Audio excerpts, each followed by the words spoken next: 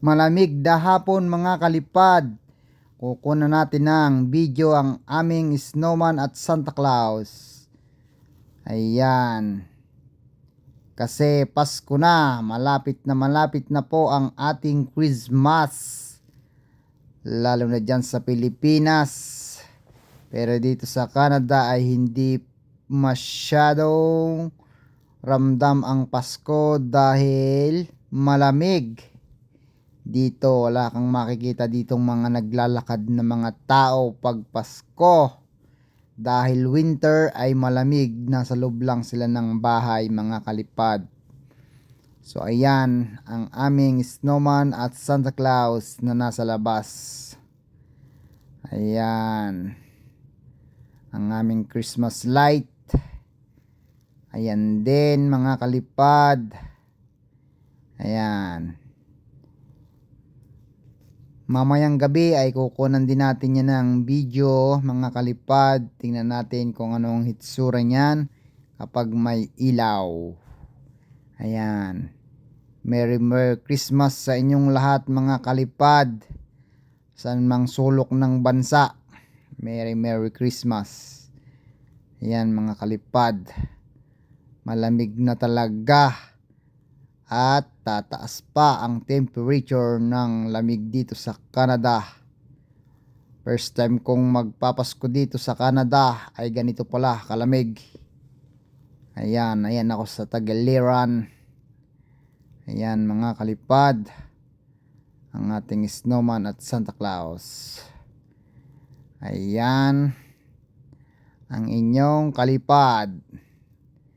Sana ay huwag kayong magsawang manood ng aking vlog mga kalipad dito sa Canada. At pakipollow na rin and subscribe nyo ako sa aking YouTube channel mga kalipad. Ayan, pagmasdan nyo ang aming street. Punong-puno ng snow. Ang kalsada puno ng snow. Hindi mo alam kung alin dyan ang kalsada mga kalipad sa sobrang kapal. Ayan ang aming mga kapitbahay. Puno rin ng snow ang mga bakuran pati bubong. Ayan, yung kalsada lang na highway, ayan lang ang malinis mga kalipad. Mini-maintain niya ng government para linisin every bumagsak ang snow dito sa Alberta, Canada.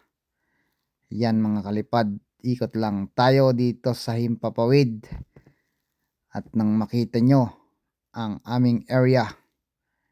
Ayan, malamig talaga mga kalipad. Lumabas lang ako dahil nagkuskus ako ng sasakyan ni Mrs. Dahil malamig ako ang pinagkuskus ng sasakyan. Ayan.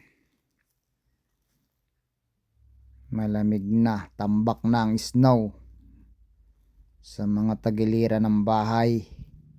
Ayan, puting-puti, di ba mga kalipad? Kalsada yan mga kalipad. Ayan ang inyong kalipad.